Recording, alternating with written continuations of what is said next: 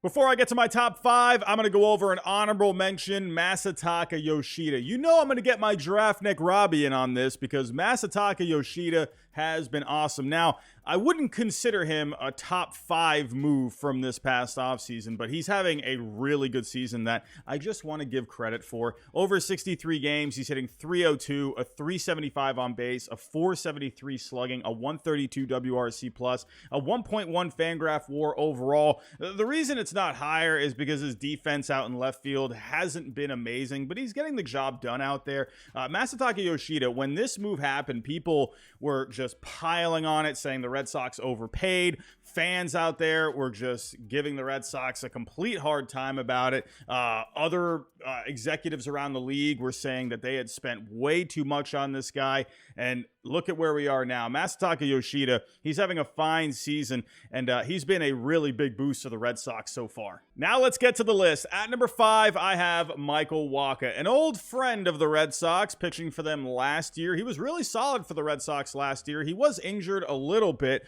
but for the most part, he was really good last year in Boston. As of right now, he has easily been one of the best pitching pickups from this past offseason. 14 starts, over 80 innings pitched, a 2.90 ERA, a 3.79 FIP. He has just been really good for the Padres. The Padres so far this year have been a disappointment, but Michael Wacha has been that constant for them in the rotation. He's just getting all of his starts in. He's been solid every single start. Even against my Red Sox one start, he was really good. But Michael Wacha, he has been a very big piece to the Padres so far. They are starting to turn it around a little bit, and let's see if they can really get themselves going. They're right there in the wild card hunt, but the Padres are looking better. But Wacha, he's been looking good all season. At number 4, I have Zac Eflin. Speaking of good pitching pickups from this past offseason, how about Zac Eflin with the Rays? The largest contract in Rays history from the free agent market. Zac Eflin, he's been really good. Remember,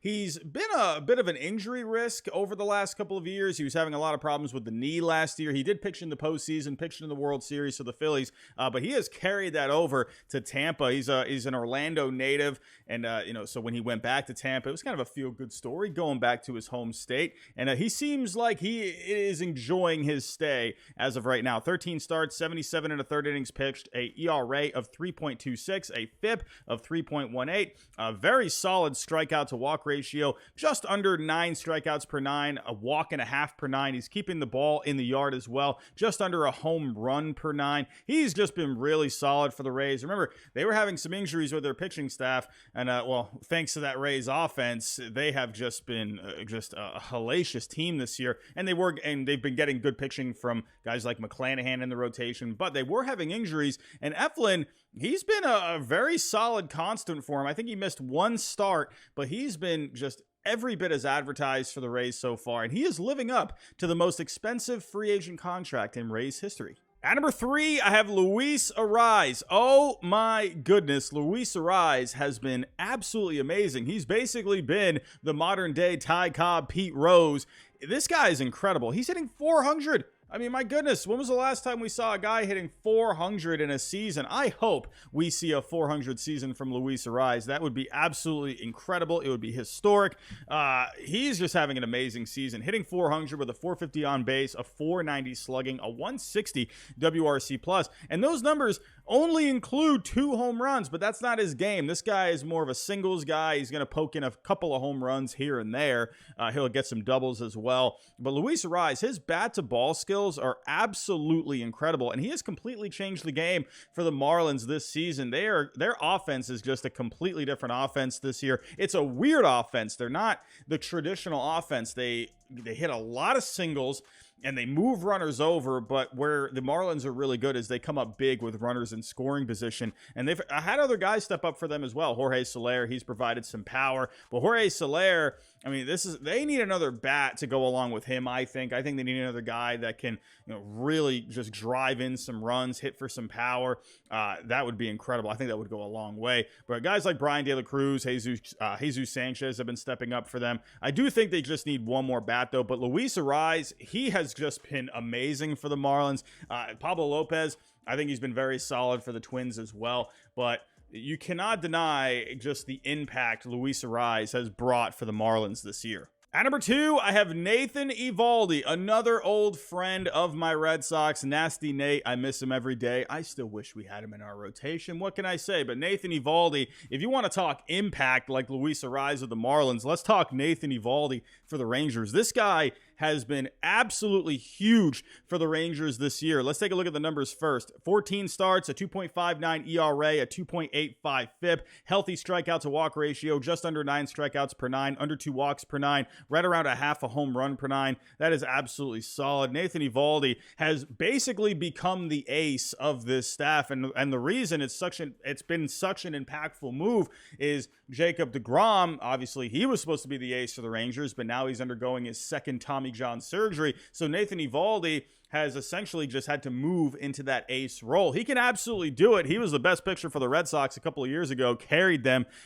in the postseason back in 2018. He was so good in that postseason. My goodness, good memories. But Nathan Eovaldi, he's been stepping up in a huge way for the Texas Rangers. I feel like they could maybe use another arm. With the absence of Jacob deGrom, I would like for them to have some more depth in that starting rotation. At least go get a bullpen guy. I think they could use a bullpen guy. But Nathan Eovaldi, I digress. He's been amazing for the Rangers, and the Rangers have been a really fun team this year. I'm excited to see what Texas does for the rest of the year, and Nathan Eovaldi as well. At number 1, I have Sean Murphy. Sean Murphy, in my opinion, has been one of the most underrated players in the game this year, and the big reason for that is he's playing with an MVP favorite, Ronald Acuna Jr. That guy has been completely overshadowing everything Sean Murphy is doing. Now, Ronald Acuna Jr., he's absolutely amazing. That guy has just been so electric this year, but Sean Murphy, I think, deserves a lot of credit for how good the Braves have been this year. Sean Murphy, he does it all. He's going to hit well, but he's also going to play great defense, and that's something that I think people forget about is, hey, these guys, they come up to the plate, but they also go out to the field. It's such an underappreciated position, in my opinion, playing catcher, because these guys are doing so many things behind the plate. Obviously, playing good defense back there, but also working with the pitchers as well. Sean Murphy has been very good, but let's take a look at his offensive stats first. 57 games, hitting .287, a .385 on base, a .535 slugging, 12 homers, a .148 WRC plus, over 40 RBIs so far. But like I said, defense, it doesn't stop with just the bat. This guy has been absolutely amazing. Take a look. Among all catchers in Major League Baseball this year, he is number 1 in defense, and he is also number 1 when it comes to framing. So those pitchers that are, trying to nibble the corners, he is helping them out big time. He's getting a lot more strike calls.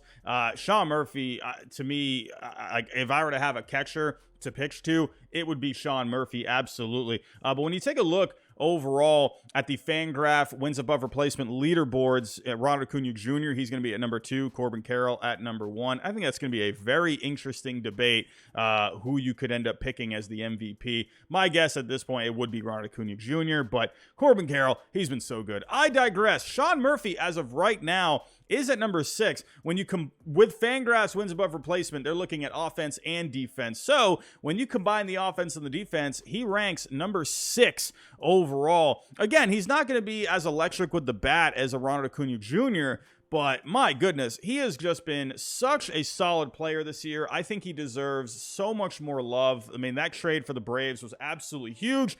But then it wasn't even just trading for him. They signed him to the extension, a pretty team-friendly extension. Man, I love what Sean Murphy's been doing this year. I love what all these guys have been doing this year. But tell me what you think down below in the comments. Am I missing anyone? I know my potato brain is probably missing someone on this list. So let me know down below in the comments. But that's all I have for right now. If you can, hit the like button, subscribe if you're new, and I'll talk to you next time.